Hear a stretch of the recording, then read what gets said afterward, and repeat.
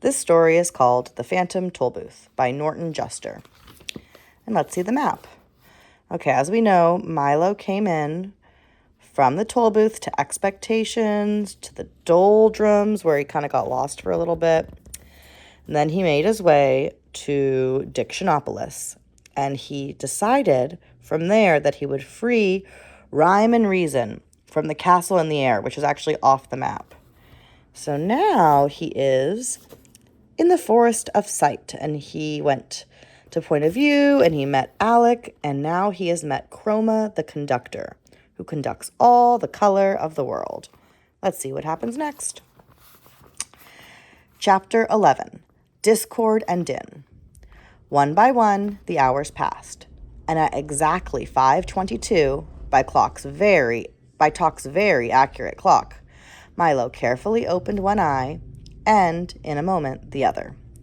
Everything was still purple, dark blue, and black, yet scarcely a minute remained to the long, quiet night.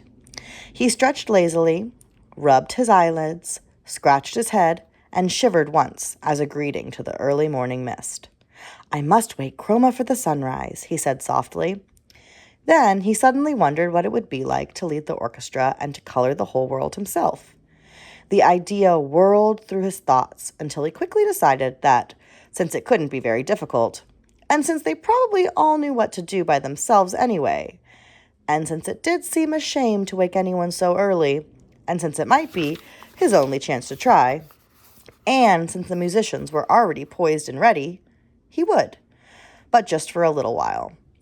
And so everyone slept peacefully on. Milo stood up on tiptoes, raised his arm slowly in front of him, and made the slightest movement possible with his index finger of his right hand. It was now 5:23 a.m. As if understanding a signal perfectly, a single piccolo played a single note, and off in the east, a solitary shaft of cool lemon light flicked across the sky. Milo smiled happily, and then cautiously crooked his finger again. This time, 2 more piccolos and a flute joined in. Oh, look, he's conducting. And 3 more rays of light danced lightly into view. Then with both hands, he made a great circular sweep in the air and watched with delight as all the musicians began to play at once. The cellos made the hills glow red, and the leaves and grass were tipped with a soft, pale green as the violins began their song. Only the bass fiddles rested as the entire orchestra washed the forest in color. Milo was overjoyed because they were all playing for him, and just the way they should. "Won't Chroma be surprised?" he thought, signaling the musicians to stop. "I'll wake him now." But instead of stopping, they continued to play even louder than before, until each color became more brilliant than he thought possible. Milo shielded his eyes with one hand and waved the other desperately. But the colors continued to grow brighter and brighter and brighter, until an even more curious thing began to happen. As Milo frantically conducted, the sky changed slowly from blue to tan, and then to a rich magenta red. Flurries of light green snow began to fall, and the leaves on the trees and bushes turned a vivid orange. All the flowers suddenly appeared black, and gray rocks became a lovely chartreuse. And even the peacefully sleeping Talk changed from brown to magnificent ultramarine. Nothing was the color it should have been, and yet the more he tried to straighten things out, the worse they became. "I wish I hadn't started," he thought unhappily, as a pale blue blackbird flew by. "There doesn't seem to be any way to stop them." He tried very hard to do everything just the way Chroma had done, but nothing worked. The musicians played on, faster and faster, and the purple sun raced quickly across the sky. In less than a minute, it had set once more in the west, and then, without any pause, risen again in the east. The sky was now quite yellow, and the grass a charming shade of lavender. 7 times the sun rose and almost as quickly disappeared, as the colors kept changing. In just a few minutes, a whole week had gone by, and at last, exhausted Milo, afraid to call for help and on the verge of tears, dropped his hands to his sides. The orchestra stopped.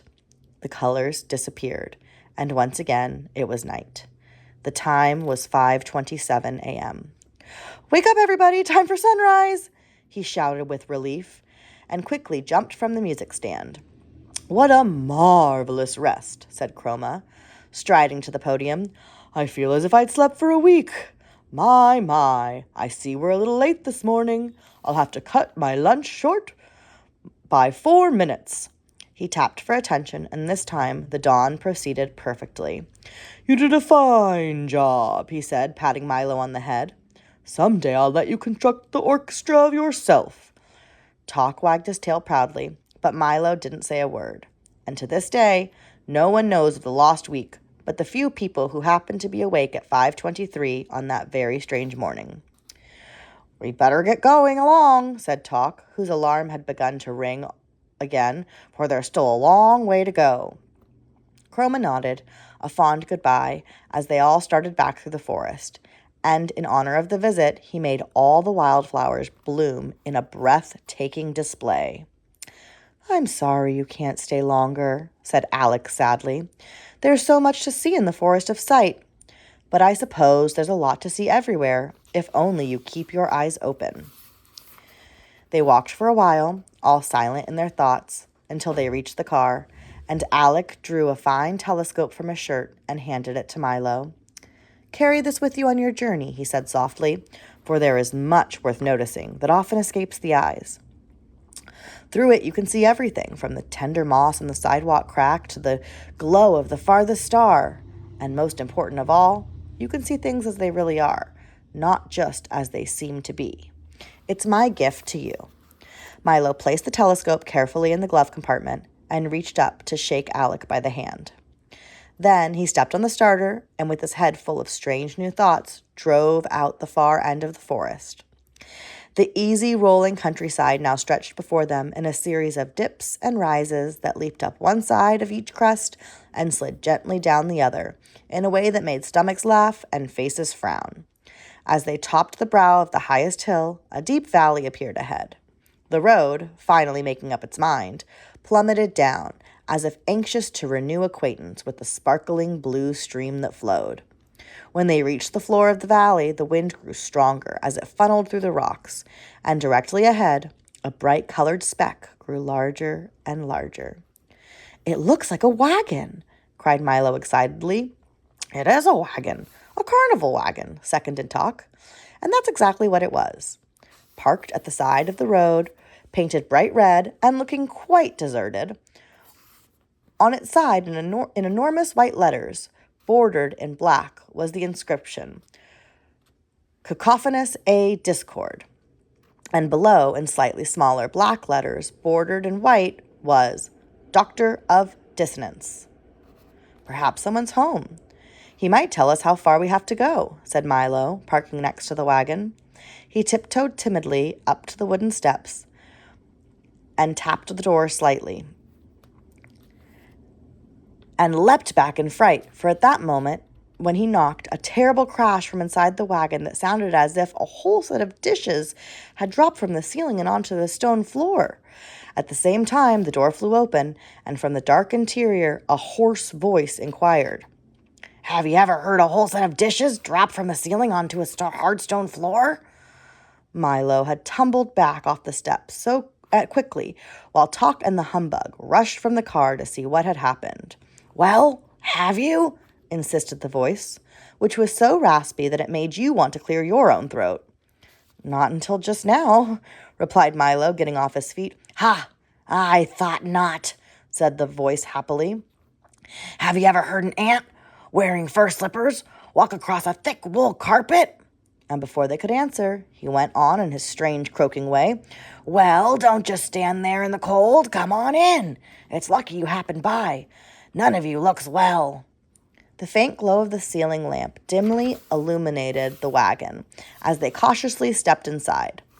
Talk first, eager to defend against all dangers. Milo next, frightened but curious. And the humbug last, ready at any moment to run for his life.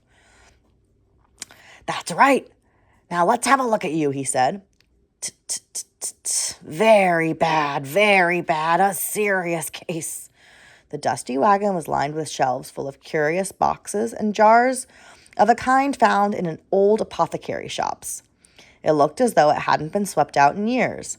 Bits and pieces of equipment lay strewn all over the floor, and at the rear was a heavy wooden table covered with books, bottles, and bric-a-brac. "Have you ever heard a blindfolded octopus unwrap cellophane-covered bathtub?" he inquired, as the air was filled with loud, creaking, snapping sounds. Sitting up at the table, busily mixing and measuring, was the man who had invited them in. He was wearing a long white coat with a stethoscope around his neck and a small round mirror attached to his forehead. The only really noticeable thing about him was his tiny mustache and his enormous ears, each of which was fully as large as his head. I think it's this guy in the picture with the big ears. And look, okay, there's Talk. And then back there is Milo, and then the humbug, and they are coming into his covered wagon. "Are you a doctor?" asked Milo, trying to feel as well as possible. "I am Cacophonous a Dischord, a doctor of dissonance," roared the man. And as he spoke, several small explosions and a grinding crash were heard. "What does the A stand for?"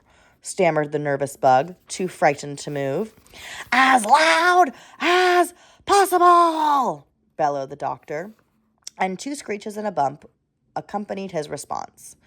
"Now, step a little closer. Stick out your tongues." "Just as I suspected," he continued, opening a large, dusty book and thumbing through the pages.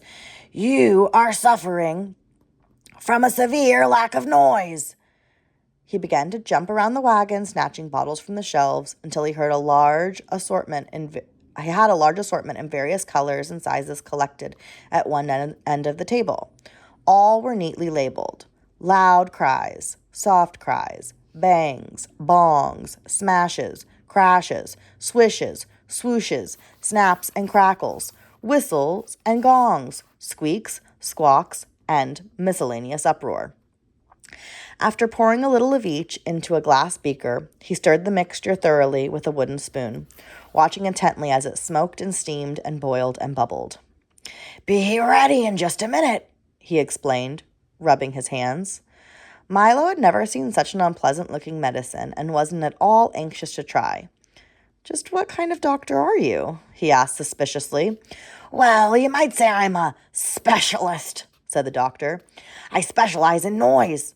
All kinds, from the loudest to the softest, from the slightly annoying to the terribly unpleasant. For instance, have you ever heard a square-wheeled steamroller ride over a street full of hard-boiled eggs?" he asked. And as he did, all that could be heard were loud crunching sounds. "But who would want to hear those terrible noises?" asked Milo, holding his ears. "Everybody does," said the surprised doctor. "They're very popular these days. Why, I'm kept so busy I can hardly fill the orders for noise pills, racket lotion, clamor salve, hubbub tonic, and more. That's all people seem to want these days." He stirred the beaker of liquid a few more times, and then, as the steam cleared, continued. "Business wasn't always so good. Years ago, everyone wanted pleasant sounds, and except for a few orders during wars and earthquakes, things were very bad. But then the big cities were built, and there was a great need for honking horns, screeching trains, clanging bells, deafening shouts, piercing shrieks, guggling drains, and all the rest of the wonderfully unpleasant sounds we use so much of today. Without them, people would be very unhappy.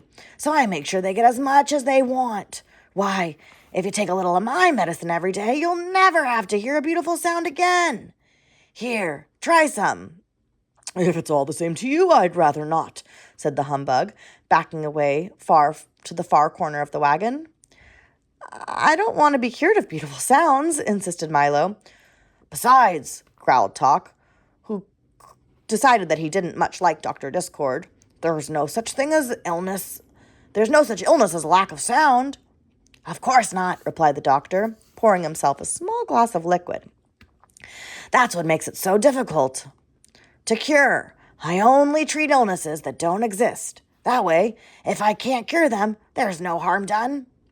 Just one of the precautions of the trade," he concluded, and seeing that no one was about to take his medicine, He again reached toward the shelf, removed a dark amber bottle, dusted it carefully, and placed it on the table in front of him. "Well, if you want to go through life suffering from a noise deficiency, I'll give it to the Dynne for his lunch," he said, and he uncorked the bottle with a hollow-sounding pop. For a moment, everything was quiet as Milo, Tock, and the humbug looked intently at the bottle, wondering what Dr. Dischord would do next. Then, faintly at first, they heard a low rumbling that sounded miles away. It grew louder and louder and closer and closer and closer until it became deafening, ear-splitting roar that seemed to be coming from inside the tiny bottle. Then, from the bottle, a thick bluish smog spiraled up to the ceiling, spread out, and gradually assumed the shape of a thick bluish smog with hands, feet, bright yellow eyes, and a large, frowning mouth. As soon as the smog had gotten completely out of the bottle, it grasped the beaker of liquid, tilted back what would have been his head, if he really had one, and drank it all in 3 gulps. "Ah, that was good, master," He bellowed, shaking the whole wagon. "I thought you'd never let me out. Terribly cramped in there." "This is my assistant, the awful Dynne," said Dr. Dischord. "You must forgive his appearance, for he really doesn't have any. You see, he is an orphan, whom I raised myself, without benefit of governess or any assistance for—" "No nurse is good nurse," interrupted the Dynne, doubling down with laughter. If you can imagine a thick bluish smog doubling down with laughter. For I found him," continued the doctor, ignoring his outburst, "living alone and unwanted in a abandoned soda bottle, without family or relatives." "No niece is good niece," roared the Dynne again, with a laugh that sounded like several sirens going off at once, and he slapped at where his knee should have been. Oh, look, here he is. This is the Dynne, next to Milo. "And brought him here," continued the exasperated Dischord, "where, despite his lack of shape or features, I trained—" "No noise is good noise," thundered the Dynne once again as he collapsed in another fit of hysterics and clutched his sides. "I trained him as my assistant in the business of concocting and dispensing noise," finished the doctor, mopping his brow with his handkerchief.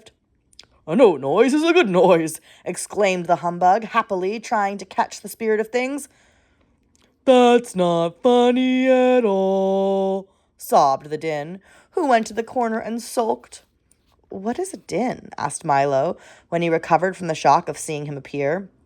"You mean you've never met the awful Dynne before?" said Dr. Dischord in a surprised tone. "Why, I thought everyone had. When you're playing in your room and making a great amount of noise, what do they tell you to stop?" "That awful Dynne," admitted Milo.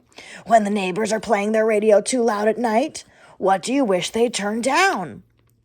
"That awful Dynne," answered Tock.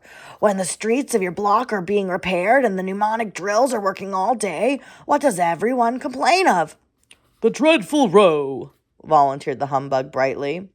The dreadful raw," cried the anguished Dynne, "was my grandfather. He perished in the great silent epidemic of 1712. Milo felt so sorry for the unhappy Dynne that he gave him a handkerchief, which was immediately covered in bluish, smoggy tears. "Thank you," groaned the Dynne. "That's very kind, but I certainly can't understand why you don't like noise," he said. "Why, I heard an explosion last week that was so lovely I cried for 2 days. The very thought of it upset him so much that he began to sob all over again in a way that sounded almost exactly like a handful of fingernails being scratched across a mile-long blackboard. He buried his head in the doctor's lap. "He's very sensitive, isn't he?" asked Milo, trying to comfort the emotional Dynne. "It's true," agreed Dr. Dischord. But he's bright, for noise is the most valuable thing in the world. King Azaz says words are, said Milo. Nonsense, the doctor roared. Why, when a baby wants food, how does he ask? He screams, answered the Dynne, looking up happily. And when an automobile wants gas? It chokes, he shouted again, jumping for joy. When a river wants water, what does it do? It creaks, bellowed the Dynne as he collapsed into a fit of uncontrollable laughter. And what happens when a new day begins? It breaks, he gasped joyfully from the floor, a look of utter bliss covering his face. You see how simple it is, the doctor said to Milo, who didn't see at all. And then, turning to the tear-stained, smiling Dynne, he remarked, Isn't it time for you to go? Where to? Asked Milo. Perhaps we're going the same way. I think not, the Dynne replied, picking up an armful of empty sacks from the table. I'm going on my noise collection rounds. You see, once a day I travel throughout the kingdom and collect all the wonderfully horrible and beautifully unpleasant sounds that have been made, pack them into my sacks, and bring them back here for the doctor to make medicines from. And a good job he does, said Dr. Dischord, pounding his fists on the table. So, wherever the noise is, that's where you'll find me, said the Dynne with an appreciative smile. And I must hurry along, for I understand that today there's to be a speech, several loud crashes, and a bit of pandemonium. And in which direction are you going? Asked the doctor, mixing another brew. To Digitopolis, replied Milo. How unfortunate, he said. Oh, how unfortunate, he said, as the Dynne shuffled toward the door. How very unfortunate, for then you must pass through the Valley of Sound. Is that bad? Asked the perpetually worried humbug. The Dynne paused in the doorway with a look of extreme horror on his almost featureless face, and the doctor shuddered in a way that sounded very much like a fast-moving freight train being derailed into a mountain of custard. Well, you might ask, for you'll find out soon enough, was all he would say, as he sadly bade them farewell, and the Dynne galloped off in his rounds. The end.